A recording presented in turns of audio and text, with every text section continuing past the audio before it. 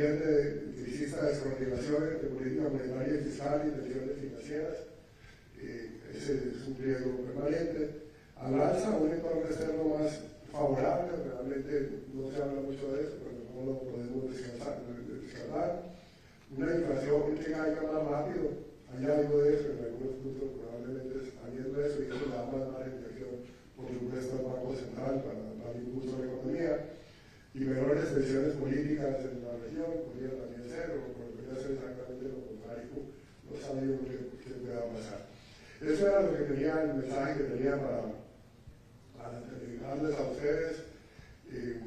Como decía antes, la tarea de los organizadores era poner un contexto, un tenor aquí, tanto a nivel mundial como a nivel regional, y muchas gracias. Muchísimas gracias por su presentación. Señor José Darío Gutiérrez, presidente del Fondo Latinoamericano de Reservas FLARE.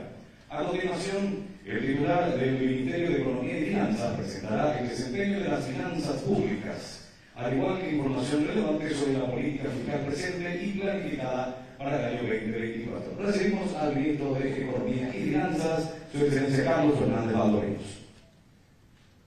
Muy buenos días. Yo tengo suerte, Jota. Funcionante. Muy buenos días a todos.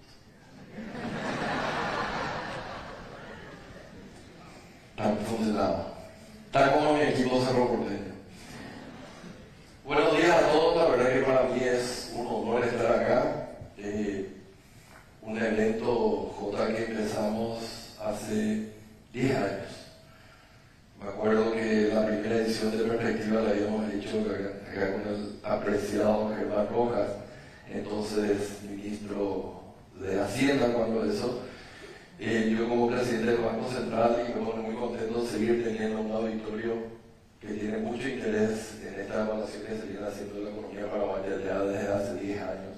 Creo que ahora sigue interrumpido una sola vez por la pandemia, pero sí es un honor estar nuevamente a los 10 años o en el 10º aniversario de este evento, así como estuve en el primero. Espero ser inteligente como Germán, nomás en el evento número 20, estar en otro lado ganando plata como él en el sector privado, mientras yo sigo acá tratando de empujar en el sector público las cosas. Pero muy contento, Dao, muchísimas gracias por la invitación, Jota, muchísimas gracias por haber aceptado esta invitación. Le voy a presentar lo que son las perspectivas de la parte fiscal. Rápidamente vamos a pasar diferentes tópicos. Espero llegar a cubrir todo porque dependiendo del tiempo seguramente voy a saltar el último. Y voy a empezar con una coyuntura económica que nos hizo muy pero muy bien. Básicamente, si uno ve lo que pasó recientemente, bueno, desde 2019 tuvimos una serie de choques que afectaron a todas las economías del mundo. Paraguay no ha sido una excepción. Y si a estos diferentes choques que hemos tenido, que han tenido las economías del mundo, que fue generalizada a través de todos los países, Paraguay adicionalmente tuvo 2 sequías, tanto en el 2019 como en el 2022, que nuevamente representaron retrocesos, digamos, o desaceleraciones en el ritmo de actividad económica de nuestro país. Y eso se lo puede ver en los diferentes gráficos cuando vemos incluso de que la evolución de la economía paraguaya estuvo por debajo de la media de América Latina, en cuanto que el déficit fiscal también, si bien estuvo por debajo de la media de América Latina, el déficit fiscal básicamente alcanzó unos niveles inéditos para la economía paraguaya. Pero dentro de lo que representa estos choques y lo que han significado para la economía paraguaya, ya se tienen mejores perspectivas. Por supuesto, a dejar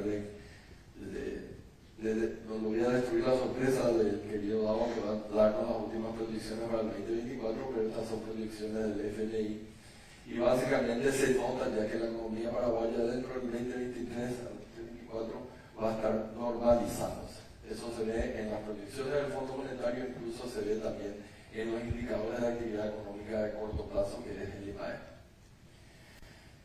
Pero a pesar de esa recuperación, Paraguay enfrenta muchos desafíos y podemos citar, por ejemplo, la necesidad de seguir consolidando la política macroeconómica, la necesidad de seguir diversificando la economía paraguaya, la necesidad de tener un crecimiento más focalizado en la parte social, que sea mucho más inclusivo, la necesidad de realizar reformas estructurales que nos garanticen un crecimiento económico sin sorpresas macroeconómicas a futuro. Entonces tenemos muchos desafíos para sacar para adelante y lógicamente en la parte de consolidación de la política macroeconómica el aspecto fiscal va a ser fundamental. La prioridad, yo creo, de acá para adelante, o una de las prioridades, y creo que debe estar entre los primeros lugares, es reiniciar la senda de un crecimiento mucho más fuerte, similar a lo que se tenía en la prepandemia. Durante la prepandemia, claramente el Paraguay se ha destacado por encima de lo que ha sido el promedio de América Latina, pero si uno compara Paraguay contra sí mismo, vemos que los últimos 5 años han sido años de crecimientos marginales, en donde el PIB per cápita ha crecido apenas. Y básicamente, si uno ve los números que están presentados ahí, tenemos de un promedio de alrededor de 4,8% que estábamos creciendo anteriormente entre 2013 y 2018, tuvimos apenas un crecimiento de 0,8%. Por diversos factores, no me voy a poner a analizar acá, pero claramente es un crecimiento insuficiente para las necesidades que tiene este país. Vayamos entonces a la política fiscal. Una serie de cosas, lo veo acá a Oscar sentado acá, entonces me cuesta, a lo mejor le puedes explicar un poco qué magia hizo a partir del segundo semestre de este año, porque realmente las recaudaciones tributarias se han recuperado y eso es muy bueno. Y es muy bueno porque vamos a necesitar tener una convergencia fiscal de acá para adelante, eso quiere decir reducir el déficit, y el déficit se reduce ya sea por un incremento de las recaudaciones o por una disminución de los gastos, o una contención de los gastos. Entonces son los dos factores que van a ayudar a que el déficit fiscal, que como dije anteriormente, alcanzó niveles históricamente altos en Paraguay, converja a niveles mucho más razonables, básicamente el 1,5% del PIB máximo establecido en la ley de responsabilidad fiscal. Entonces, la primera parte, que básicamente es la parte de los ingresos tributarios, se ve un cambio en el comportamiento. Ustedes pueden ver acá el promedio, básicamente desde el 8% en los últimos 3 meses de crecimiento interanual, claramente un crecimiento real mucho más alto de lo que se tenía en la primera parte de este año, que era solamente del 2%. Entonces, esto va a ayudar y va a ayudar mucho a la convergencia fiscal de acá para adelante. Entonces, se está haciendo un trabajo, Oscar probablemente va a poder explicar mejor de qué es lo que implica esto, pero también nosotros habíamos dicho en su momento que la creación de la Dirección Nacional de Ingresos Tributarios era un elemento necesario también para tener una mayor recaudación tributaria, y estoy seguro de que esta cohesión entre aduanas y la SED está aplicando en parte esta mayor recaudación tributaria que se está teniendo desde el segundo semestre de este año. Por la parte de gasto, cierto, si uno mira, se ha tenido un crecimiento de gasto total del 13,2% interanual. Ahora bien, si uno empieza a mirar por qué se explica este gasto, y yo creo que la mayor parte está explicado por cuestiones que son básicamente razonables. Uno mira 13,2%, 3% por ejemplo de remuneración a empleados, voy a hablar después de eso.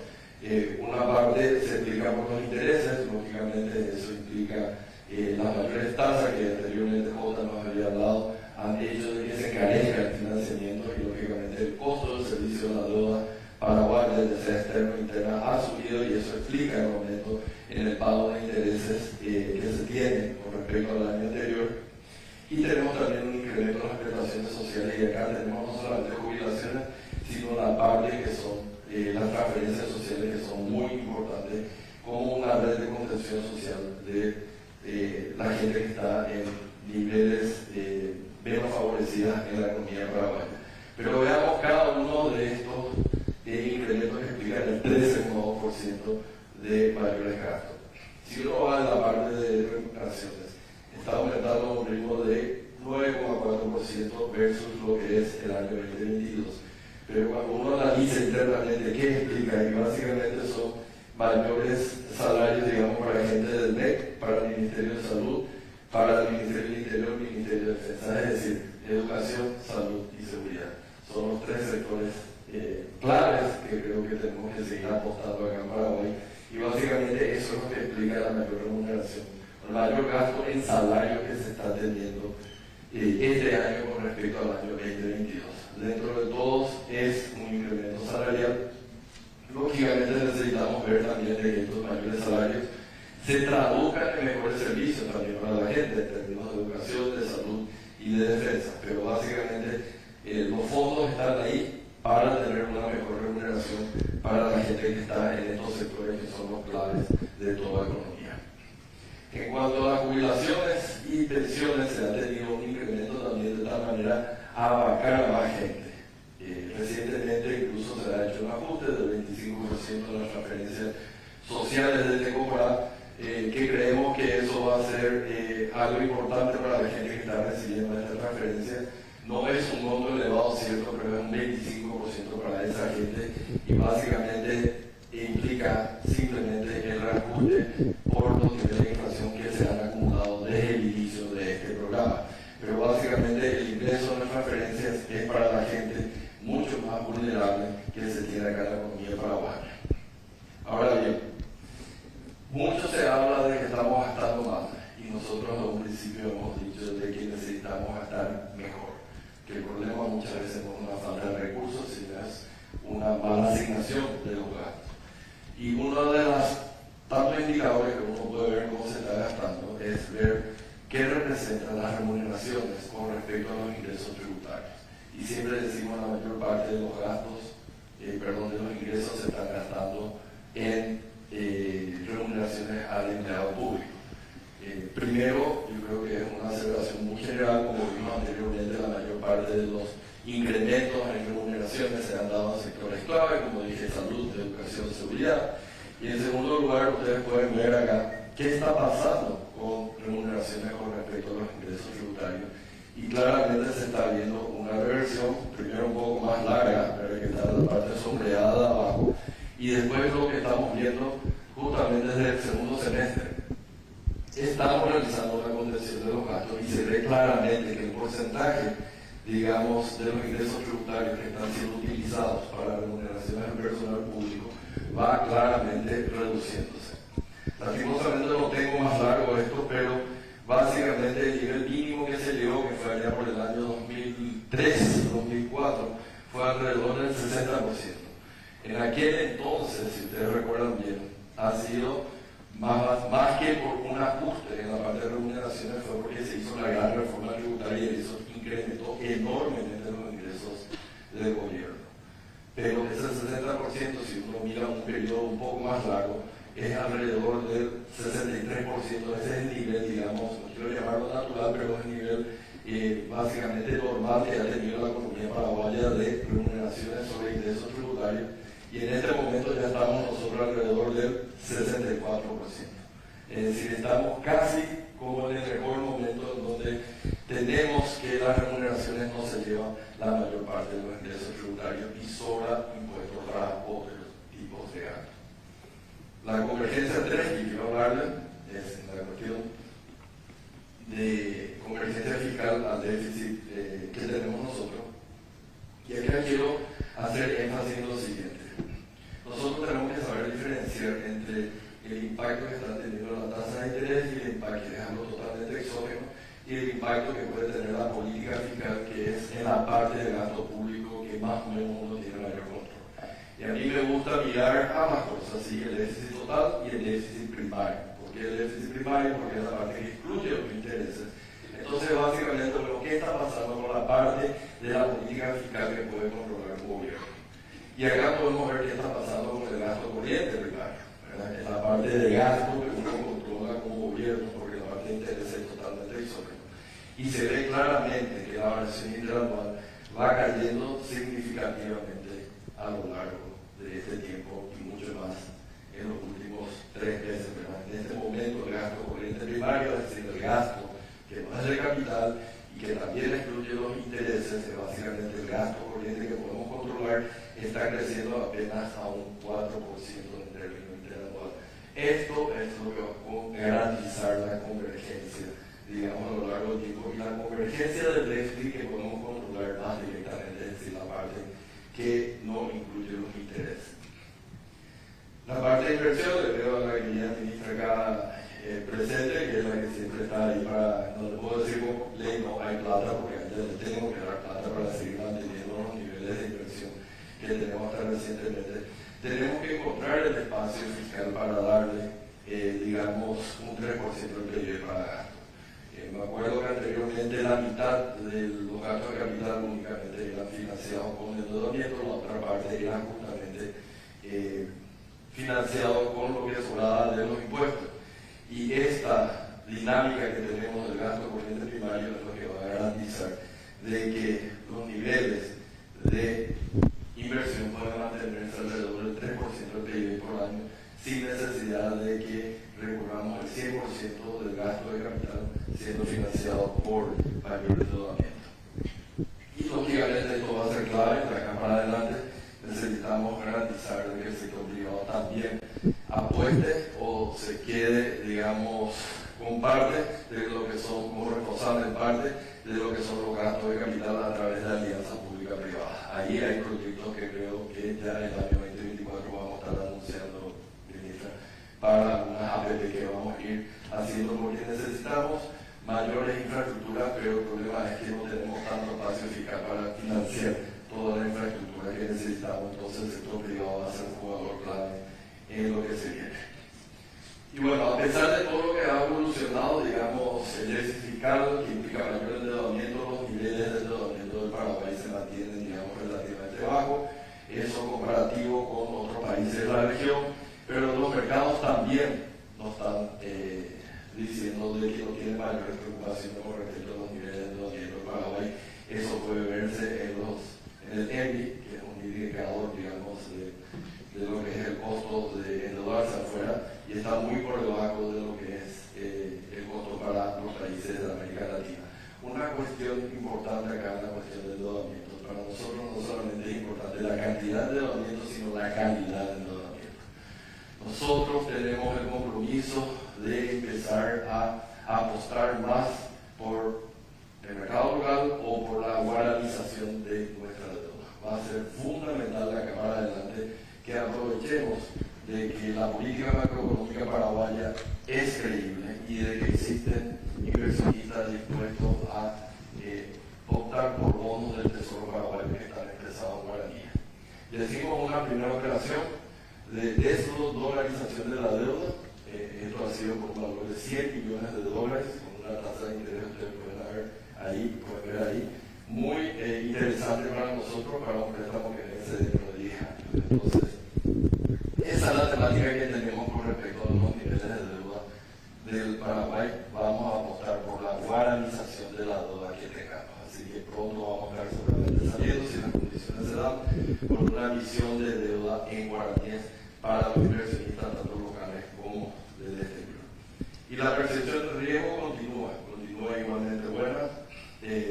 Ayer justamente Moody's anunciaba que nos sigue manteniendo la perspectiva positiva, es decir, estamos ahí cerca del anhelado grado que todo el mundo está esperando, salirnos del grado especulativo y alcanzar realmente el nivel que tienen los países más avanzados del mundo. Una cuestión acá que es importante es la cuestión de la convergencia fiscal. Y en la convergencia fiscal nosotros hemos presentado nuestro nuevo plan. ¿Por qué el nuevo plan? Porque nos encontramos primero con un déficit fiscal al que nos habían prometido inicialmente. Nos entregan en agosto de este año con un 3,6% del PIB, como el déficit anualizado, es decir, de 12 meses, por tanto, muy lejos de lo que era el plan inicial del gobierno anterior.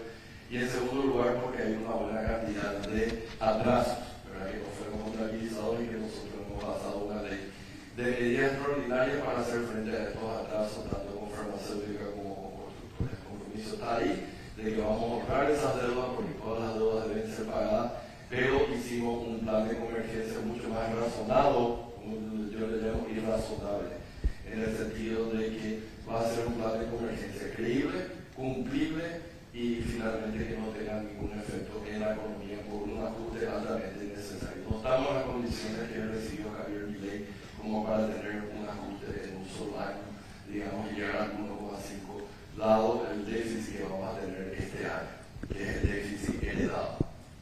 Pero, dentro de todo, sepamos distinguir qué parte puede manejar el Estado o el gobierno y qué parte no puede manejar el gobierno. Si uno mira lo que es el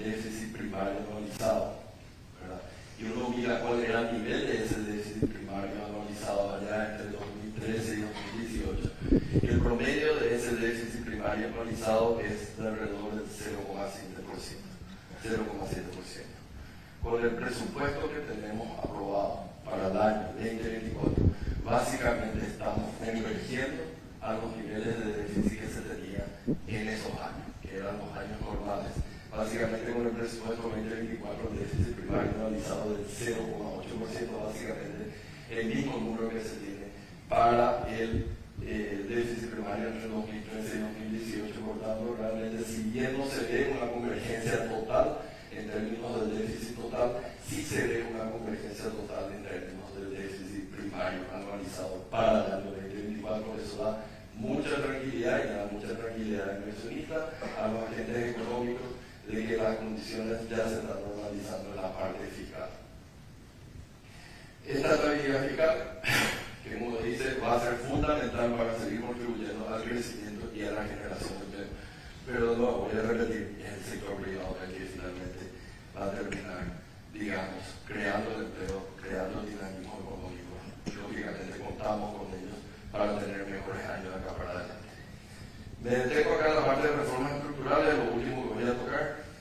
Básicamente necesitamos crecer, pero no podemos seguir creciendo con el mismo modelo de autos. Necesitamos hacer algunos ajustes para eso, para las reformas estructurales, que nos van a garantizar una estabilidad macroeconómica a largo plazo y también nos van a dar algunos elementos adicionales para que permita a la economía seguir creciendo y no tener sorpresas desagradables creadas por choques internos. Ahí, en los primeros 100 días hemos conseguido avanzar en importantes reformas e incluso acelerar financiamientos innovadores. En términos de reforma, bueno, ustedes saben que ha sido la creación de la ANI, la creación del MEF, el proyecto de ley de superintendencia de elecciones, que va a ser clave, que está siendo discutido en este momento, y hemos accedido a algo que se llama financiación verde. Cuando nos sentamos nosotros vimos de que hay que dejar de lado toda esta cuestión ideológica en términos de financiamiento verde. Esto no es ideológico, yo creo que todos nosotros estamos de acuerdo que nos corresponde a todos cuidar del medio ambiente sin ideología, ya sea de derecha o de izquierda. Todo el mundo quiere un país más limpio, un aire más limpio, un lado de Pacaraí más limpio. Pero si al mismo tiempo existen líneas de financiamientos que básicamente apoyan políticas sostenibles en términos del medio ambiente, ¿por qué no aprovecharlas? Y eso es lo que estuvimos haciendo recientemente. Y en apenas 100 días hemos conseguido un financiamiento de BIC que se llama BIC Clima. Fuimos uno de los primeros países, en realidad el primer país que hemos tenido un proyecto financiado por esta nueva línea de BIC, que es para la limpieza del lago de Pacaraí. Pero creo que nadie se puede oponer a eso, sea uno de derecha, de izquierda o de centro. Y al mismo tiempo hemos firmado un acuerdo con el Fondo Monetario Internacional a su fondo de resiliencia, que básicamente tiene una serie de medidas nada extraordinarias con respecto a utilización, por ejemplo, mayor de energía que tenemos básicamente nosotros, y otros aspectos que van a ser públicas prontamente, y eso nos permite acceder al financiamiento a 20 años de plazo con una tasa de interés súper baja y con 10 años de gracia. Entonces, hay que ser inteligentes también en el sentido de poder acceder a financiamientos innovadores, de esta manera a que, haciendo lo que tenemos luego que hacer, tengamos estas líneas de crédito, y eso hemos estado accediendo. Una última cuestión que ha sido muy importante en estos primeros 100 días, el aumento del country ceiling, es decir, del techo país. En este momento, alguna empresa que tiene buena solvencia financiera en sus balances va a poder emitir en los mercados financieros internacionales como si fuera de grado de inversión. Ese ha sido un gran paso y es lógicamente un paso previo antes de que el propio Estado alcance ese mismo grado de inversión que se tiene acá para adelante, si seguimos haciendo bien las cosas. Y lógicamente esta reforma implica también, lógicamente las reformas en 100 días no se pueden hacer, uno tiene que ser pragmático en términos de qué puede pasar y qué no puede pasar en un corto periodo de tiempo, pero lo que hemos estado haciendo va a continuar el año que viene, y acá tenemos algunas de las reformas que creo que van a ser importantes para el año que viene: la ley de servicio civil, organización administrativa y un proyecto de ley que ayude a la formalización de las MIPYMES. Todos estos proyectos van a ser importantes para garantizar la solvencia fiscal a largo plazo y permitir un crecimiento económico más fuerte. Estas reformas, como dije, son esenciales para una mayor recaudación tributaria. Oscar es consciente consciente de casi todos los días, le llamo casi a lo más que con mi señora, con Oscar, cobrándole de que dónde están estas reclamaciones que se prometió al crear la ley. Y necesitamos que los recursos sean mejor gastados. Ya vimos que estamos avanzando. O sea, los números dicen de que estamos teniendo menores incrementos en los gastos primarios. Eso es bueno, porque necesitamos gastar mejor. No podemos seguir teniendo ese problema que está acá, de la caja fiscal que implica entre 140 y 200 millones de dólares por año, yendo a solventar cajas fiscales deficitarias. Necesitamos atacar también ese problema. No podemos seguir gastando los impuestos en cubrir algunos privilegios que han tenido algunas cajas que se jubilan o que tienen reglamentos que permiten una jubilación desproporcionada con lo que es el hogar de la gente, y necesitamos avanzar en las reformas. Último, el presupuesto 2024. Quiero presentar acá qué tenemos, ya vimos qué implica de una convergencia desde los niveles de 2013-2018. Y hemos enfatizado lo que es salud, educación, seguridad y contención social. Creación de cargos. Yo creo que nunca hubo básicamente tan poco incremento en la creación de cargos, 0,6% de incremento en la creación de cargos, y básicamente era para seguridad, interior y defensa, además de una desprecarización del Tribunal Superior de Justicia Electoral. Eso explica básicamente el 100% de la creación de nuevos cargos, que básicamente es solamente el 0,6% de incremento. Pero acá se puede contratar o meter operadores políticos, ya sea con cargos o con contratos. ¿Y qué hicimos con los contratos? Los contratos, si ustedes pueden ver, hay una caída del 2,5% en la línea presupuestaria que habla de las contrataciones. Entonces, acá estamos viendo cómo son los primeros pasos en términos de gastar mejor. Porque si bien ya tenemos mejoras en términos de la calidad de gasto, midiendo remuneraciones con respecto a las recaudaciones tributarias, en el presupuesto 2024 vamos a seguir avanzando en términos de que la parte salarial no se lleve la mayor parte de nuestros ingresos.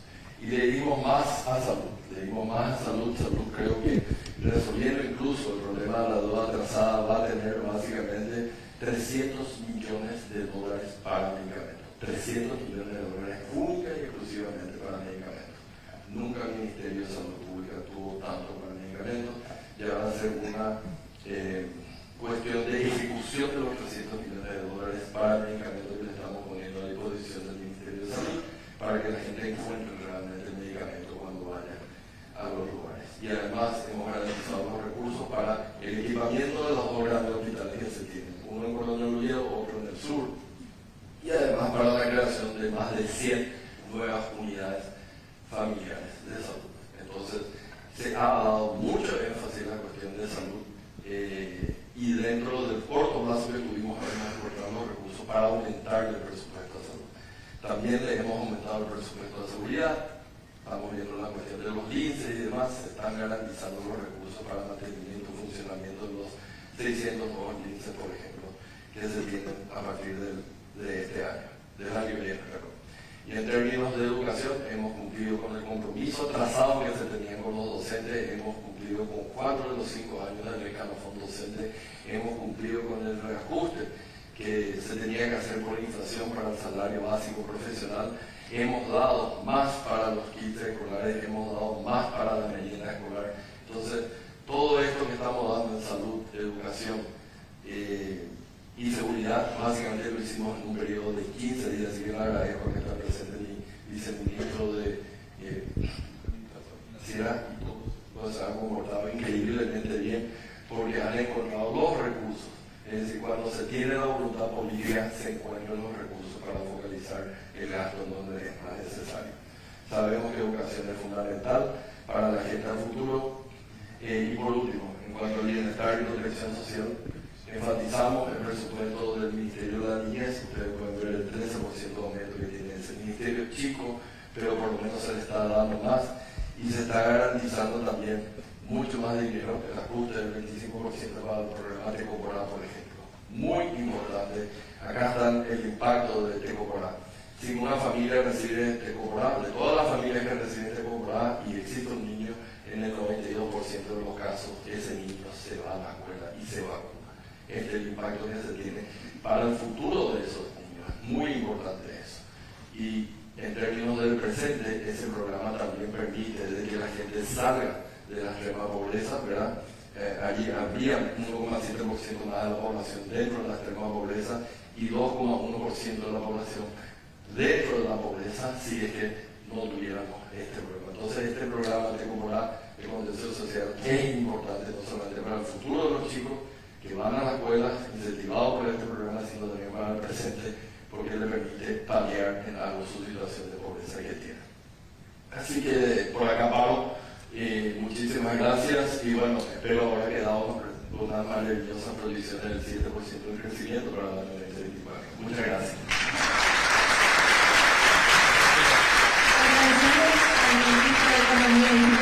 Señor Carlos Fernández Valdovinos. Seguidamente, el titular del Banco Central del Paraguay comentará sobre la coyuntura económica, la estimación de crecimiento de la economía en 2023 y la proyección para el 2024 de la variación del PIB y de la inflación, así como un detalle de las acciones que llevará a cabo la institución en los próximos años. Presentamos al señor Carlos Carvalho, presidente del Banco Central del Paraguay. Señoras y señores, buenos días a todos. Muchas gracias por acompañarnos hoy, nos honran con su presencia. José Darío, Carlos, muchas gracias por acompañar y prestigiar este evento, digamos, toda una tradición, digamos, en Paraguay. Como dijo el ministro de Economía, cumpliendo 10 años, digamos, desde aquel no tan lejano 2013 cuando Carlos lanzaba, digamos, perspectiva por primera vez. Así que, bueno, muchas gracias a todos por estar aquí y yendo ya directo a la presentación.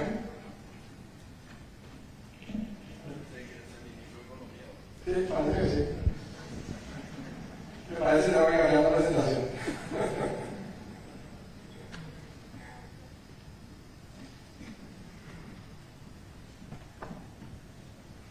Esa parece que es la adecuada. Asusté durante un tiempito. Bueno, yendo directo a la presentación. La idea es hacer una evaluación del año 2023, focalizado dentro del sector de la economía, el sector real, monetario, financiero y el sector externo, y luego ya pasar a la perspectiva 2024, que tiene que ver con proyección del PIB y proyección de la inflación. Yendo al tema de evaluación y lo que corresponde a la actividad económica, la economía paraguaya en los últimos tiempos ha demostrado una estabilidad y una resiliencia notable, y eso se hace más evidente aún si lo ponemos en perspectiva respecto a otros países de la región, tal como se ve, digamos, en el gráfico de la derecha para ustedes, de la izquierda para mí, donde en la época del choque más severo y global del que se tenga registro en la historia económica moderna, la economía paraguaya ese año cayó tan solo 0,8%, en comparación con los otros países que tenemos ahí en el gráfico, cuya caída estuvo entre 4 y 10%. Si nos remontamos a la época más reciente, digamos, también enfrentamos un choque profundo, focalizado, digamos, en el sector agrícola, carácter climático, una sequía de las más severas que tenemos conocimiento, digamos, también en la historia reciente, que destruyó, digamos, la producción de nuestro principal cultivo y nuestro principal producto de exportación de más del 60%. En ese periodo, digamos, en el 2022, la economía creció 0,1%. Básicamente amparado en la dinámica de ciclo contrario de dos sectores que cada vez han ganado más protagonismo, la matriz productiva del país, estamos hablando de la manufactura y los servicios. En cualquier otra época, no tan lejana a nuestra economía, choques de esta naturaleza hubieran provocado, digamos, una profunda caída en la economía, digamos, en el año en que ocurrieron estos choques, por impacto básicamente en el empleo y el bienestar de la población. En el otro gráfico vemos básicamente en términos mucho más claros, digamos, el efecto de la pandemia, segundo trimestre, digamos, estamos hablando básicamente del PIB trimestral desestacionalizado. El segundo trimestre de la economía sufrió una caída severa, pero también tiene que ver básicamente con la resiliencia de la economía, estamos comentando anteriormente, una rápida recuperación en B corta.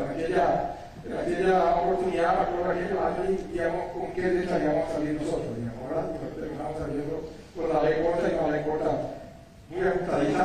Ya el cuarto trimestre, digamos, del 2020, antes de la pandemia, nuestro PIB desestacionalizado ya estaba, digamos, a nivel del PIB de la pandemia. Y el PIB actualmente, digamos, está tanto el PIB total como el PIB sin agricultura binacional de 7 y 8% respectivamente por encima del PIB pre-pandemia. Y sin duda, digamos, esta resiliencia, digamos, la economía se explica la estabilidad macroeconómica, la construcción progresiva e incremental de institucionalidad económica que ha contribuido a políticas macroeconómicas responsables, prudentes, que ha generado una acumulación de equilibrio económico a lo largo del tiempo y ha generado un espacio necesario para que la política pueda hacer frente a los shocks. Pero también, y no, digamos, desvinculado a lo que estamos diciendo actualmente respecto, digamos, a la política macroeconómica, también hemos apreciado, digamos, a lo largo de los últimos años, una importante diversificación de la economía. Y si vemos, digamos, el gráfico de la derecha, lo que vemos es de alguna manera que el crecimiento del PIB de los últimos 10 años ha estado fijado por un crecimiento de los tres grandes sectores de la economía. Pero en términos más ha llegado aún casi todos los subsectores, digamos, de estos sectores han tenido un desempeño bastante sincronizado, una dinámica bastante sincronizada. Si eso lo llevamos al sector externo, lo que apreciamos ahí también es una diversificación muy importante, digamos, la maquinaria exportadora del país en el año 95, el 46% de todas las exportaciones solamente eran manufacturas tanto de origen animal como, tanto de origen industrial como de origen agropecuario.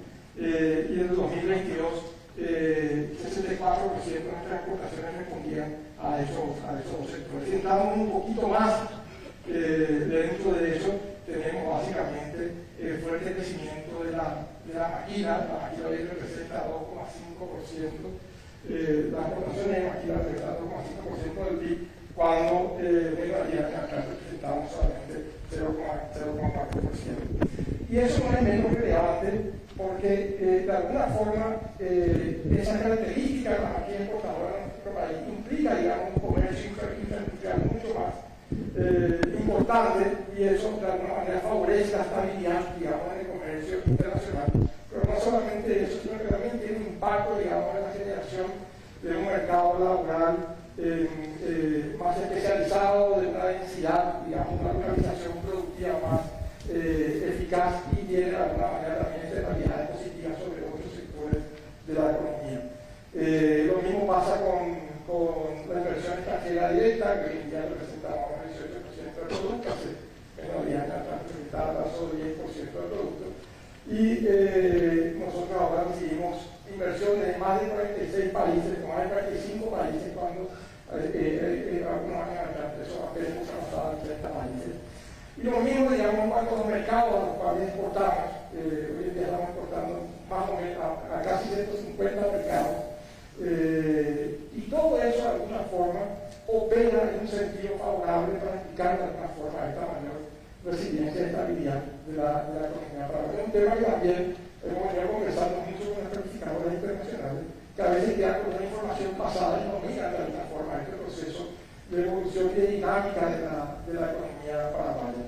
Tenemos una economía mucho más diversificada en cuanto a maquinaria productiva, tenemos una economía mucho más diversificada en cuanto a su canasta de exportaciones, un peso mucho más relevante. Tenemos una economía que recibe inversiones de más países, o sea, más países están de alguna manera apostando y conociendo la economía paraguaya, y estamos exportando a más mercados. Todo eso nos permite enfrentar choques internacionales con mayor resiliencia o con mayor fortaleza en años anteriores. Y bueno, ya pasando a periodos más recientes. reciente, pero que también de alguna manera es importante referir a la dinámica, digamos, del comportamiento de la economía. En el 2023 estamos previendo un crecimiento de 4,5% de la economía paraguaya. Ese 4,5% no es un número menor, porque representa 4 puntos porcentuales por encima del promedio de la región, de América del Sur. No es un número despreciable. Y si bien es verdad, digamos, que una buena parte de ese crecimiento está explicado, digamos, por el desempeño fuerte de la agricultura, después, digamos, del choque climático que recibió el año pasado, o sea, una recuperación importante de nivel, y también por el comportamiento del sector energético, que ha tenido de alguna manera un clima favorable, que ha aumentado de forma relevante el cauce hídrico del río Paraná. No es menos verdad que otros sectores menos tradicionales también están contribuyendo de una forma importante a este crecimiento. Eso tiene que ver con la manufactura, básicamente, y con la manufactura que crece a pesar del impacto, digamos, negativo de este año, coyuntural de la carne, digamos, la carne, este año, la ganadería, perdón, este año no está creciendo de forma importante porque ha tenido, como todos sabemos, algunas fricciones, digamos, en los mercados internacionales, por dificultades en la logística de exportación y también por los precios internacionales y mayor competencia de Brasil en los mercados de Paraguay. Exporta porque Brasil tiene dificultades, básicamente, el mercado importante para ellos como el mercado chino. Y a pesar de ese impacto, digamos, sobre el sector de la manufactura crece igual.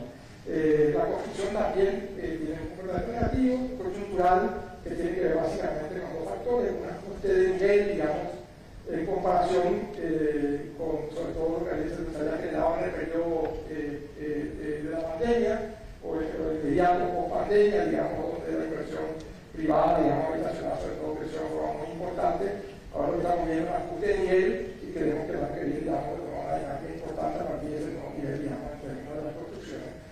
Y los servicios, que los servicios también de alguna manera están creciendo de manera relevante. Y aquí lo que vemos que es algo positivo, me parece, es algunos sectores que habían sido golpeados de forma muy importante en la pandemia, hoy en día están de alguna manera en un proceso de recuperación interesante. Estamos, bueno, el comercio es uno de los que crece fuerte, pero también estamos viendo un buen comportamiento de turismo, entretenimiento, servicios laborales, servicios a las empresas y otro tipo de servicios. Por lo tanto, aún sacando, digamos, el comportamiento de la agricultura y el comportamiento de la binacional, del sector energético, aún así, el crecimiento de la economía paraguaya es de los más altos, digamos, en la región. Y eso se manifiesta, digamos, también en las expectativas de los consumidores. Durante todo el año 2023, las expectativas de los consumidores es una medición que realiza el Banco Central, una encuesta de percepción, digamos, a los consumidores, a los agentes económicos en Paraguay, donde ellos de alguna manera manifiestan sus expectativas respecto a su situación financiera personal, a la situación económica de sus hogares y a la situación económica del país en general. Y lo que vemos de alguna manera es que este índice de confianza ha tenido un comportamiento no solamente ascendente a lo largo de todo el 2023, sino que también por encima del nivel de optimismo, ¿verdad? Que es la verdad funcional que está ahí en el medio. Y si entramos a los subíndices que componen este índice, también vemos información que es muy relevante. O sea, la gente, todos tienen un comportamiento similar al índice de confianza. Porque la gente, cuando se le pregunta cómo es su situación respecto a un año atrás, también se manifiestan optimistas. Cuando se le pregunta cómo es la economía hacia adelante, se manifiestan optimistas también. Y si uno entra a un subíndice todavía menos o más acotado, digamos, que da propensión a consumir bienes durables, también vemos que esa tiene un comportamiento positivo. Y este indicador de alguna forma también anticipa de forma bastante interesante el comportamiento del consumo en el corto plazo, y por lo tanto ahí también hay noticias interesantes. Vamos a entrar en materia entonces de nuestra inflación y política monetaria. Paraguay tiene una tradición histórica de estabilidad monetaria. que se van a manifestar en general en niveles de inflación relativamente controlados. Por los peores momentos de la economía paraguaya nunca tuvimos inflaciones descontroladas de alguna forma. Y eso tiene que ver con lo que dijimos anteriormente también, todo el proceso de construcción, digamos, progresiva, incremental de institucionalidad monetaria, del Banco Central, autonomía, etc. Pero también la consistencia de la autoridad monetaria en cuanto, digamos, a mantener el foco en su objetivo prioritario de mantener una inflación baja y estable. Pero no es menos cierto que la historia monetaria de Paraguay tiene un antes y después del esquema de la implementación del esquema de metas de inflación. El esquema de metas de inflación impactó de forma muy fuerte en bajar, digamos, tanto la media como la varianza de la inflación. Es decir, tenemos de la implementación de metas de inflación tenemos inflaciones más bajas y menos volátiles. Y ha también contribuido a mantener ancladas de manera permanente las expectativas de inflación en el país. Nunca, desde la implementación de la meta de inflación, la inflación ha salido por fuera del rango de meta. Y nunca las expectativas de inflación estuvieron desancladas, con excepción de un periodo de tiempo corto, digamos, durante la pandemia, que tampoco salió fuera del rango meta. Es decir, eso es una credibilidad. No solo en la institucionalidad de la autoridad monetaria, sino que en la efectividad del instrumento que aplica el Banco Central para controlar la inflación.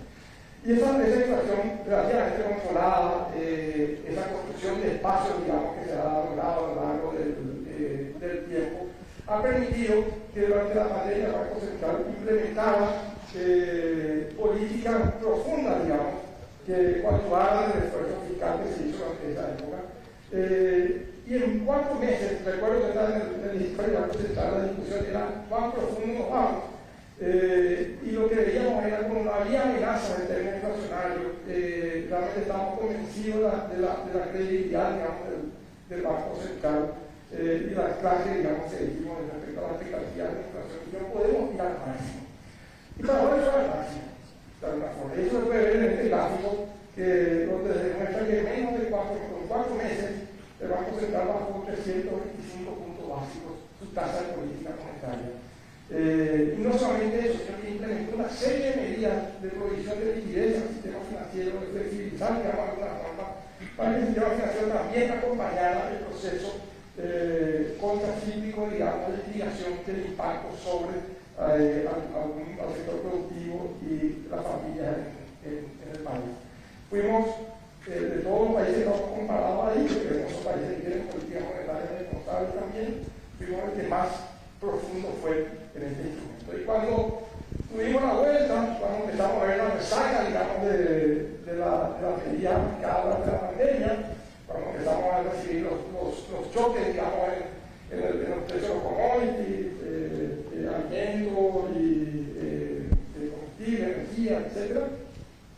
Y se dio la necesidad de dar la vuelta, digamos, hacia una política monetaria más contractiva, básicamente por el desequilibrio entre la oferta y la demanda que ocurría en el mundo, digamos, una oferta resistida por factores políticos y otro problema, y una demanda, digamos, que se incrementaba rápidamente como o producto de la apertura, digamos, del corralito sanitario. La política monetaria nuevamente responde. Si bien ahí también vieron algunos debates muy sanos, digamos, en términos del timing, digamos, y la profundidad inicial de los procesos de restricción de la política monetaria. El Banco Central manejó muy bien la comunicación, digamos, en ese tiempo. Y nuevamente fuimos, digamos, el Banco Central junto con Perú, que menos tuvo que subir su tasa de política monetaria para empezar a ver efectos sobre la inflación. La mayoría de los países tuvo que subir hasta 2 dígitos, nosotros nos quedamos en 850, y adelante empezamos a ver, digamos, resultados en términos de la convergencia de la inflación hacia niveles más bajos. Hoy en día tenemos una inflación que está por debajo de la meta del 4%, está en 3,2%. Y eso está explicado básicamente en parte, después vamos a ver otros factores también, pero en parte está explicado también por la credibilidad de la política monetaria, que fue clave, digamos, para esta más rápida convergencia de la inflación a la meta. Y Y esa credibilidad se puede ver, digamos, en el gráfico del desvío de las expectativas de inflación. En los peores momentos de la inflación en Paraguay, cuando allá por marzo, digamos, la inflación llegó a 11,8%, que hace rato no veíamos niveles de inflación en esos niveles que podría haber provocado un nerviosismo, una desconfianza importante de la gente económica. En el peor momento de la inflación, nuestras expectativas de corto plazo a 12 meses se sacaron tan solo 1,5 puntos porcentuales. Ni siquiera salieron fuera del rango meta. Y si nosotros vamos a un horizonte más largo, digamos, de las expectativas en el horizonte de política monetaria, ese anclaje de expectativas, es decir, lo que la gente pensaba que iba a ser la inflación en el mediano plazo, digamos, del horizonte de política monetaria, solo se desangró, digamos, en 0,8%, llegó hasta 4,8%. La gente económica de la ciudadanía nunca pensó que la inflación se iba a descontrolar. Siempre pensó que el Banco Central iba a tomar las acciones que eran necesarias tomar para mantener, digamos, el animal inflacionario, como la denominaba el ministro, enjaulado. Entonces, eso es un factor demasiado relevante, digamos, en esta perspectiva, digamos, de la política monetaria. Luego, otros países a la izquierda se sacaron mucho más, o sea, las expectativas subieron muchísimo, digamos. Y todo eso, de alguna manera, ha conllevado a que en Paraguay no haya sido necesario un sacrificio monetario muy profundo para controlar la inflación. Entonces, cuando uno dice cómo pagan la estabilidad macroeconómica, cómo pagan la credibilidad de la institución económica, pues pagan así, digamos, ¿verdad? O sea, un banco central que no necesita afectar de forma profunda la actividad económica ni el empleo para lograr efectos sobre la inflación. Y eso es lo que vemos ahí, digamos, ¿verdad? Nosotros, más o menos cercanos a Perú, fuimos los que menos tuvimos que levantar la tasa monetaria para ver efectos sobre la inflación. Y como vemos este año, digamos, tenemos una inflación controlada, un producto, una economía creciendo y un empleo, digamos, en niveles adecuados. Es decir, no hubo un sacrificio monetario relevante, digamos, en el país. Pero no solamente eso, sino que hoy somos el país que tenemos la brecha de tasa de política monetaria real más pequeña de la región. ¿Qué significa eso?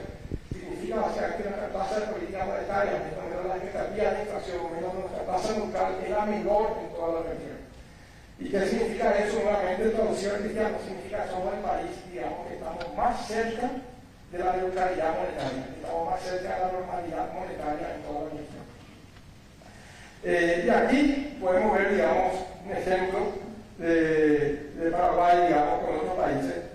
Nosotros estamos compitiendo con Colombia, que tiene el país que tiene la moneda más creíble, digamos, que no ha hecho reforma monetaria. Entonces, Darío fue gerente del Banco de la República de Colombia durante 12 años.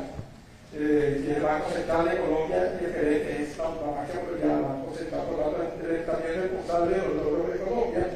Pero nosotros estamos ahí compitiendo. Esto es básicamente una competencia similar al mayor clásico que tenemos, digamos, en América del Sur, que es el mayor clásico internacional de Olimpia Nacional en India, ¿verdad? Por suerte a mí me toca dar esta charla hoy, pero si hubiera tocado mi inicio, hubiera podido hacer el chiste. Tu grupo no ayuda mucho de eso.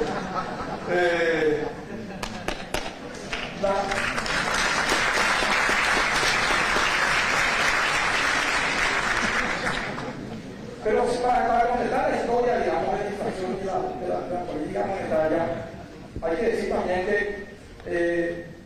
el comportamiento de la inflación está explicado por diversos factores. Los precios de commodities han ayudado, han descendido, digamos, después de alcanzar picos históricos. La política monetaria restrictiva ha cooperado también, pero estos dos primeros factores son comunes a todos los países. Todos han enfrentado estos fenómenos, todos han tenido políticas monetarias restrictivas para enfrentar la inflación. Por lo tanto, eso de alguna manera es común. Lo que tal vez diferencia a Paraguay respecto a varios países, no solo de la región, sino que también de afuera, es el último gráfico. Básicamente, las expectativas de inflación para el horizonte de política monetaria.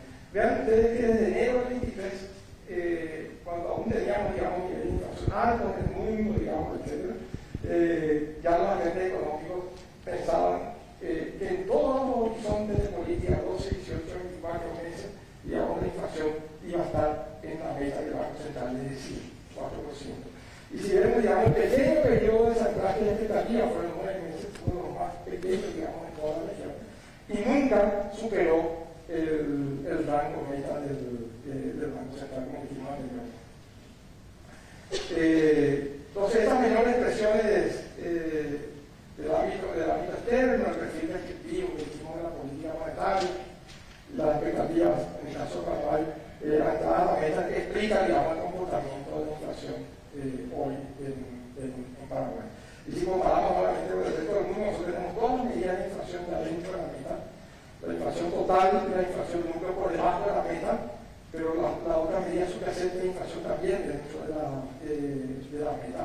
Si comparamos, digamos, las dos medidas que utilizan los países, digamos, para medir la efectividad, que son básicamente la inflación total, el IPC SAE, digamos, que hemos utilizado también en estos países, lo comparamos, vemos que tanto la inflación total como el IPC SAE, que es básicamente el IPC libre de alimentos, energía y precios controlados, en Paraguay ya se encuentra, digamos, encima de la meta, cosa que no ocurre con los otros países con los cuales estamos comparando acá, digamos, los países que todavía están, si bien convergiendo de forma consistente, todavía algunos no están dentro del rango meta, otros están cercanos, digamos, a su meta.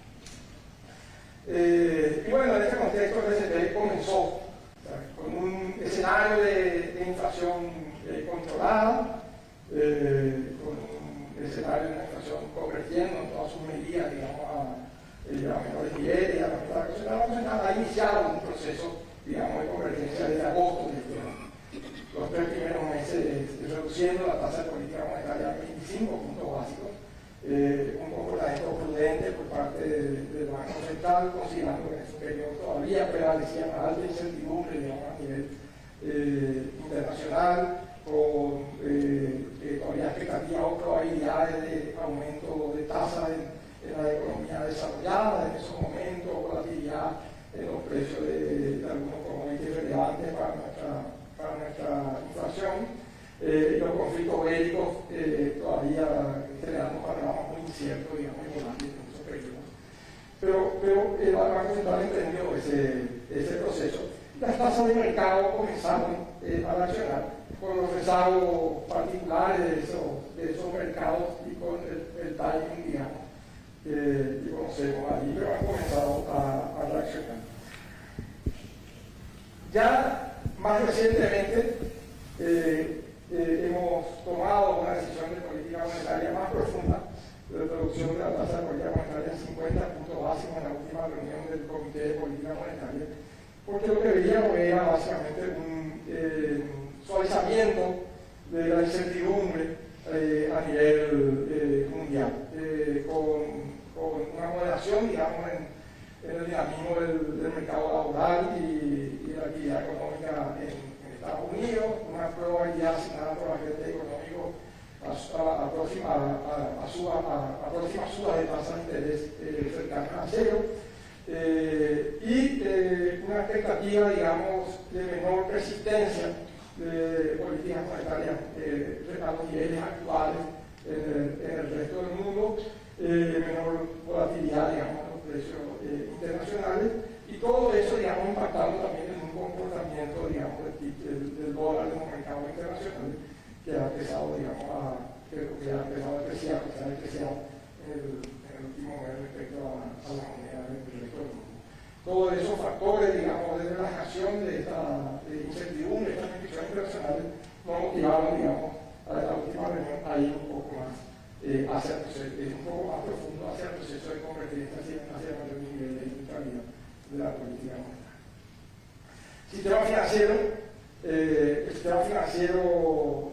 los créditos han evolucionado favorablemente, este año van a crecer el crédito en torno al 9%, pero un elemento fundamental aquí ya vamos a destacar en el comportamiento del sistema financiero, que tiene que ver básicamente con las cualidades de la economía que decíamos anteriormente, es básicamente la reacción del sistema financiero a estímulos de incentivos correctos de política económica, digamos, en el pasado, sobre todo en el periodo de la pandemia.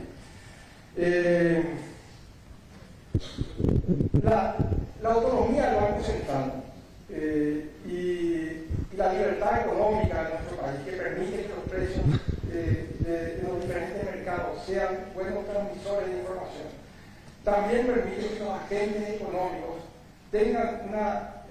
tomen decisiones tanto de consumo, de inversión y otras mucho más cercanas, digamos, a la optimalidad. Pero no solamente eso, que tengan una lectura correcta de la naturaleza de los choques que enfrentan. O sea, cuando qué parte del shock es de carácter temporal y se puede financiar, digamos, o debe ser financiado sin riesgo, y qué parte de eso es permanente y debe ser ajustado. Yo creo que eso, de alguna manera, ha hecho correctamente el sistema financiero, ha colaborado a mitigar, digamos, junto con las políticas macroeconómicas contracíclicas, una parte del choque, y básicamente con la economía relativamente estable durante todo ese periodo. Y también hace que las expectativas de crédito, de otorgamiento de crédito a futuro, sean muy favorables, como vemos en el gráfico de la izquierda, para ustedes. Pero lo que dije anteriormente tiene que ver con el comportamiento actual del sistema financiero también, digamos. Es un sistema financiero bien comportado en términos de sus indicadores, con niveles de morosidad bajos, cercanos, digamos, a niveles de economía bien comportada, 3,5.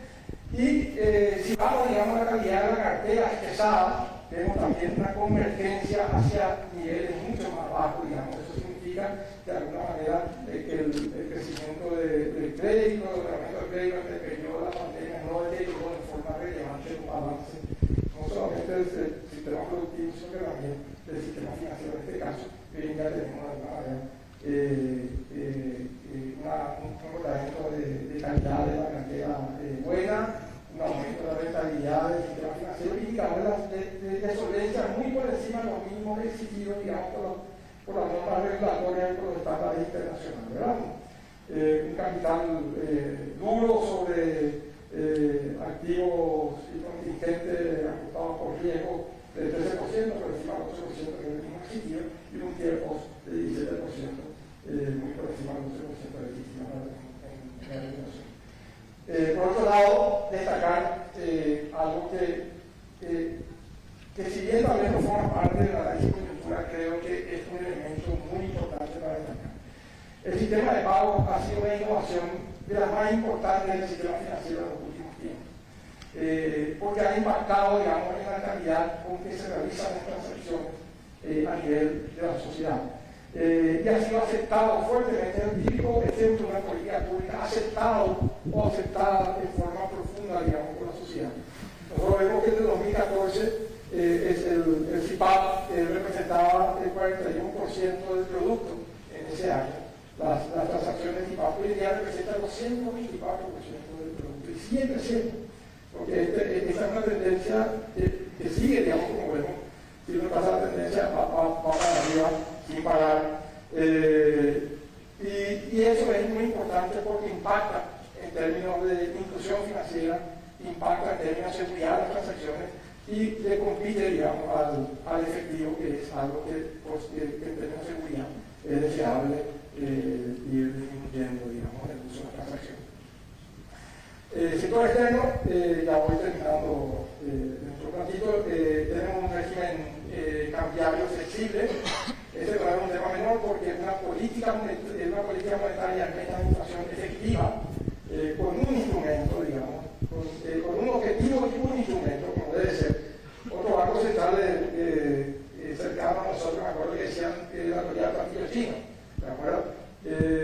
Múltiples objetivos, un instrumento, eso no tiene el resultado, digamos, cada vez más grande, un objetivo, un instrumento. Y el tipo de cambio, de alguna manera, flexible es un instrumento por demás importante para que sea efectivo, digamos, el control de la inflación y la tasa de políticamente. Y el tipo de cambio flexible ha sido muy importante en nuestro país para absorber, porque ese es finalmente su fin, digamos, desde el punto de vista macro, absorber, digamos, el impacto de choques y impedir, digamos, que esto se traslade de una forma profunda al sector real de la economía, o sea, al nivel de actividad y de empleo de la economía.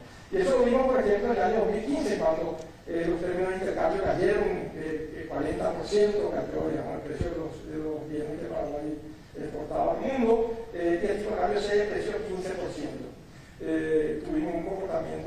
razonable, digamos, del crecimiento económico y no impactó en ninguna otra medida relevante de la economía. O sea, operó como un colchón que amortigua choques exógenos. Y eso es muy importante. Y ahí vemos de alguna forma cómo el tipo de cambio se mueve contracíclicamente para cómo se mueve, digamos, tanto las importaciones como las importaciones. Entonces, tienden a mitigar, digamos, los impactos que tienen los choques sobre el sector externo de la economía. Y bueno, en términos generales, la economía posee mecanismos estabilizadores automáticos, porque esa libertad económica, esa construcción equilibrada con la política ha permitido, digamos, que estos estabilizadores automáticos de la economía operen de forma eficiente. Y ante choques externos, por ejemplo, ahí vemos que en el 2022 tuvimos, digamos, un déficit corriente superior al 7% del producto, básicamente por el shock climático que estamos hablando sobre la agricultura, una caída fuerte en la divisa, digamos, en el plano local, un impacto muy fuerte sobre las empresas, digamos, que están operando en ese sector. ¿Y qué ocurrió? Bueno, ocurrió básicamente que los activos se reacomodaron, el sistema financiero de alguna manera deshizo ciertas posiciones afuera y aumentó su pasivo internamente, y con eso compensó el impacto negativo de este choque. Las reservas internacionales no se resintieron y la inversión directa creció en forma importante. Esos son estabilizadores automáticos que tiene nuestra economía de la emergencia del choque internacional. Entonces, para terminar esta evaluación que debería hacer, digamos, del año 2023, lo que podemos decir es que estamos en un proceso de normalización de la variable macroeconómica, recuperación del crecimiento, convergencia de la inflación y retorno al equilibrio externo. Yendo a lo que todos estaban esperando, digamos, todo lo otro fue una previa simplemente. Bueno, nosotros estamos estimando un crecimiento más importante de la región también para el año que viene, para la sería la economía que más estaría creciendo, según nuestras estimaciones en la región, un crecimiento de 3,8%, este año del 4,5%. Una dinámica favorable en los tres grandes sectores de la economía. El sector primario explicado básicamente una recuperación que estamos previendo, digamos, del sector ganadero, también algunos cultivos, digamos, que no tienen sentido en el último tiempo, digamos, por el sector primario, maíz, trigo, etc. Y un efecto del niño que va a ser el niño también, digamos, con la agricultura en general, una soja que si bien no tiene el efecto base, digamos, que tuvo este año, tiene también un comportamiento adecuado, digamos. Entonces, el sector primario estaría creciendo básicamente 4,12%, el comportamiento, digamos, de algunos subsectores del sector primario también van a impulsar un crecimiento de la industria agroganadera, que va a crecer, la industria manufacturera también va a estar creciendo de forma relevante, y también vamos a tener un crecimiento, según estimamos, muy sincronizado, digamos, en el sector terciario, donde casi todos los sectores que mencionamos anteriormente también van a estar creciendo a un ritmo de 3,5%. En términos de las proyecciones de inflación, como ustedes saben, este año, digamos, por efectividad de la política monetaria, como anteriormente, también por algunas sorpresas desinflacionarias, el Banco Central había estimado al comienzo de la inflación de 4,5%, luego se ajustó a 4,1% y estaríamos terminando este año, según estimamos, una inflación de 3,8%. Y el año que viene, sí, digamos, en un escenario pasivo, donde no tenemos ningún choque relevante en la economía, estamos estimando que a partir del tercer trimestre estaríamos ya convergiendo, digamos, a niveles en torno a la mitad del Banco Central, bajo terminando el año con una inflación del 4%. Reflexiones finales. El resurgimiento de la inflación a escala global puso de relieve la importancia de una gestión prudente de la política macroeconómica. Lo que decía el Banco Central, la inflación seguirá siendo el objetivo central de la política monetaria, como lo ha venido siendo, digamos, a lo largo de muchos años. En el 2023, nuestra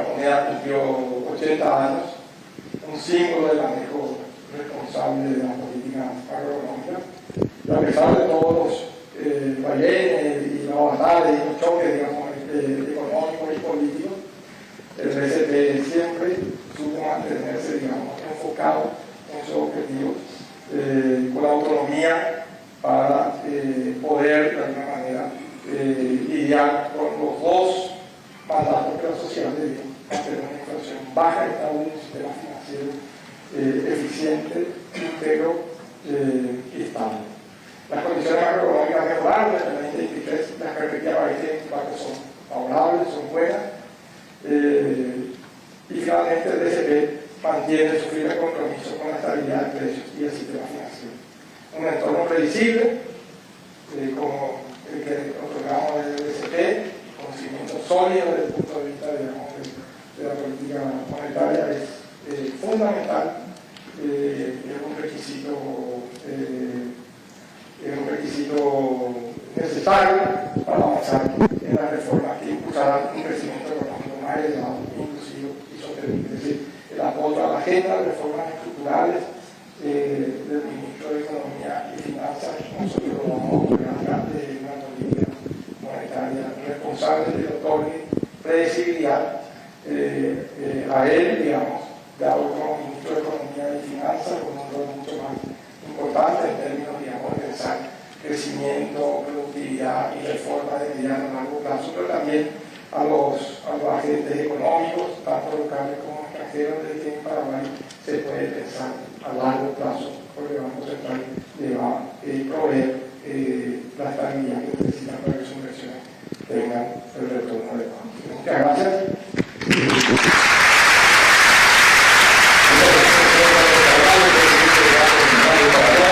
Pasando a la última parte de nuestro evento, tenemos una pregunta para cada uno de nuestros expositores y nuestros invitados, por el tiempo también, ya que estamos teniendo. El equipo técnico del Banco Central de Paraguay y del Ministerio de Economía y Finanzas ha compilado las preguntas que llegaron a través de las redes sociales de cada institución. Tenemos la primera pregunta para el señor José Darío Uribe, presidente del FAR. Considerando que la inflación global se ha moderado, las tasas de política monetaria han comenzado a recortarse en el 2023. Sin embargo, en las economías avanzadas, específicamente en Estados Unidos, la tasa referencial de la FED se mantendría elevada por un tiempo prolongado. En su opinión, estos niveles esperados de tasas de interés de la FED se constituirían en una limitante importante para la convergencia de las tasas políticas monetarias de los bancos centrales de la región a sus niveles neutrales durante el 2024. Hay países de la región que podrían gestionar de manera más autónoma de las decisiones de la FED sus políticas monetarias en relación a otros. Bueno, es una pregunta compleja, porque las acciones tenemos todas en común, pero también diferencias. Por ejemplo, los niveles de profundización que son diferentes y no podemos generalizar. Lo que sí es probablemente un hecho, como bien lo dice la pregunta, es que las tasas de interés de la Reserva Federal no van a ver, al menos por un buen rato, a los niveles que se observaron antes de la pandemia, ni probablemente tampoco van a superar o moverse a los niveles en que se tenían previos a la crisis financiera global. Va a ser algo intermedio, pero relativamente más alto de lo que estábamos acostumbrados. Eso puede traer limitaciones en algunos países, en los más integrados financieramente, particularmente el impacto de las tasas de interés de más largo plazo. En aquellos países donde el nivel financiero con el resto del mundo es menor, probablemente no va a tener un mayor impacto. Así que no hay una respuesta general. Algunos países van a sentir dificultades por los niveles altos o más altos que tenga la tasa de interés de la Reserva Federal, otros menos dificultades. Ahora bien, tampoco es de esperar que haya una convergencia y que los países de la región lleguemos a niveles similares, no necesariamente similares no necesariamente los tenemos que tener en niveles similares. Ahí podemos tener diferencias, repito, de acuerdo a las condiciones de cada economía, de su historia, de sus composiciones que son diferentes, productivas, etc. Podemos tener diferencias. En gracias, señor José Darío Uribe. La pregunta para el ministro de Economía y Finanzas. En el contexto de la recuperación económica, el proceso de convergencia fiscal es necesario para recomponer el espacio fiscal, teniendo en cuenta que la inversión pública ya no puede crecer como en el pasado. ¿Podría una mayor credibilidad de las finanzas públicas contribuir a impulsar la inversión privada, tanto local como extranjera, de tal manera que el stock de capital de la economía continúe expandiéndose? Bueno, primero te tengo que decir, querido Davo, de que ese chistecito tu IRP está bien hecho.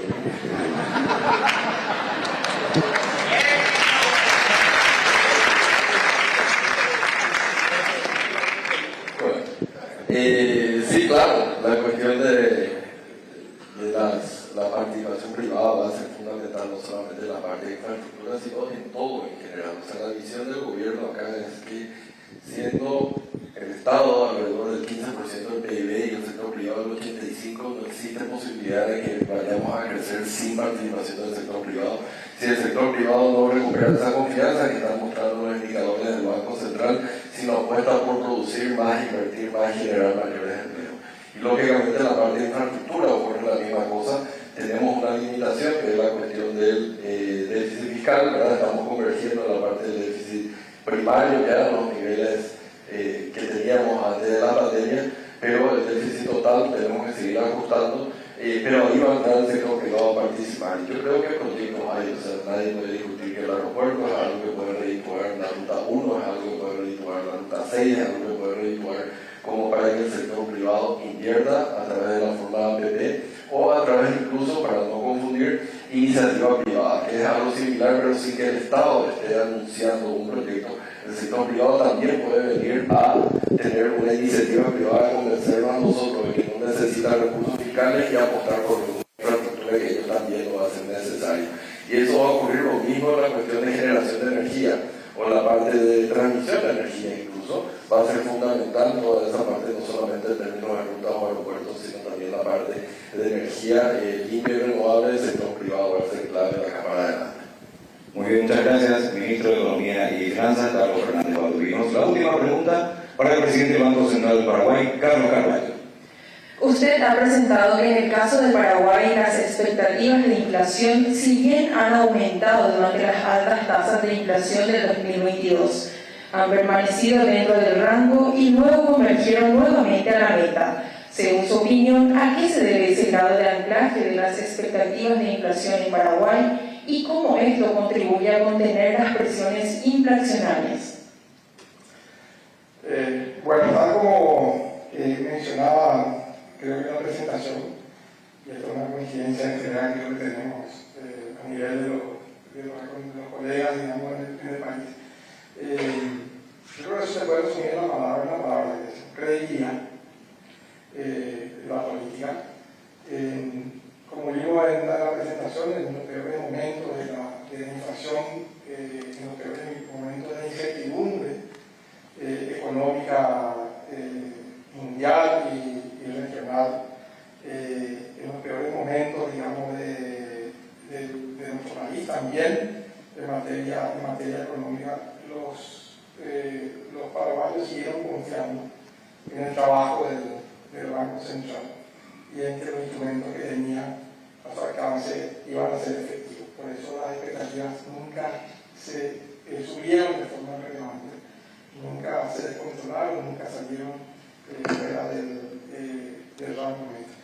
Entonces yo creo que ese es un activo por demás relevante que tiene nuestro país y que hay que cuidarlo como un tesoro y que es una condición necesaria sin duda para dar un salto de calidad en términos de desarrollo en nuestro país. No es suficiente, como el ministro mostraba en su presentación, hay que hacer mucho más esfuerzo, digamos, para darle a los paraguayos un mejor bienestar en el futuro, pero sin eso no hay nada.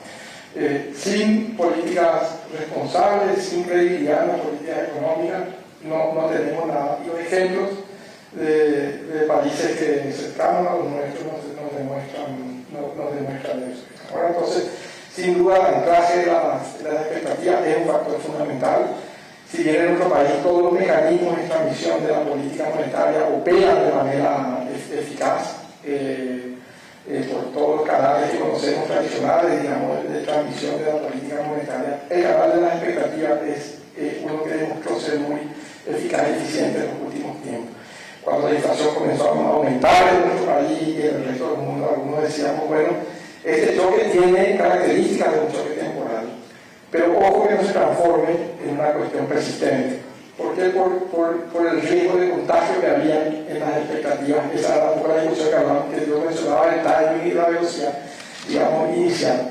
Y nuestra política monetaria demostró de alguna manera que ese relativa persistencia de la inflación pudo ser combatida con la efectividad del instrumento a través de ese mecanismo de transmisión que es, de alguna manera, la expectativa de los agentes económicos, la credibilidad, el creer que el Banco Central va a resolver el problema de la inflación. Entonces, yo creo que la respuesta de alguna manera está ahí, pero no solamente una respuesta conceptual, sino que eso se puede ver en los resultados, digamos, que estamos teniendo una rápida convergencia de la inflación controlada en este momento, y básicamente si resta algún tipo de incertidumbre, eso proviene más bien del plano internacional y hay que seguir lidiando con esos mecanismos. Pero esa un poco es mi respuesta, digamos, por ese lado. Así teníamos la respuesta de nuestros expositores y antes de finalizar queremos tener un grato recuerdo de los 10 años de perspectivas de evaluación 2023 y perspectivas 2024. Vamos a pedir a nuestras autoridades, a quienes agradecemos con un caluroso aplauso, una foto selfie con todo el auditorio presente. Aquí con nuestros compañeros de producción gráfica vamos a poner entonces una linda foto recuerdo. El ministro hace lo propio con su celular, pueden saludar ahí todos. Muchísimas gracias a todos por su presencia. También decirles que todas las presentaciones, estas presentaciones de PowerPoint estarán disponibles en la página web tanto del Ministerio de Economía y Finanzas y del Banco Central del Paraguay. Y ahora también, a ver, ahí pueden saludar, levantar la mano, los que quieran también, ahí está muy bien, un saludito. Muchísimas gracias a todos por su presencia. Que el Banco Central del Paraguay les hace una invitación muy especial, el lanzamiento del libro 80 años, el próximo jueves 21 de diciembre a las 10 a.m. en el Instituto del Banco Central. Al salir van a encontrar un televisor, ahí va a estar un código QR donde pueden anotarse para tener acceso a un libro el próximo jueves. Muy bien, señores, llegamos al cierre de nuestro evento Perspectivas 2024, Evaluación 2023 por la presencia. Muchas gracias. Muy buenos días.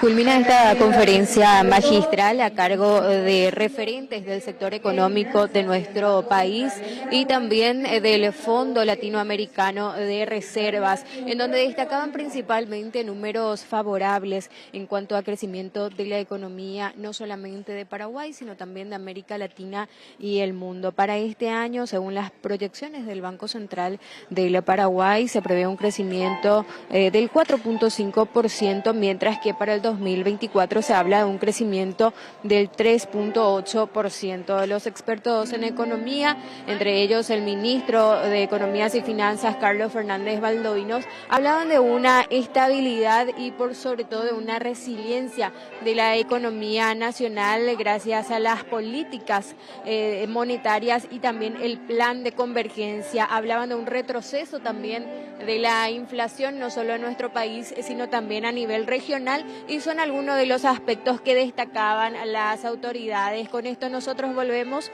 a estudios, compañeros.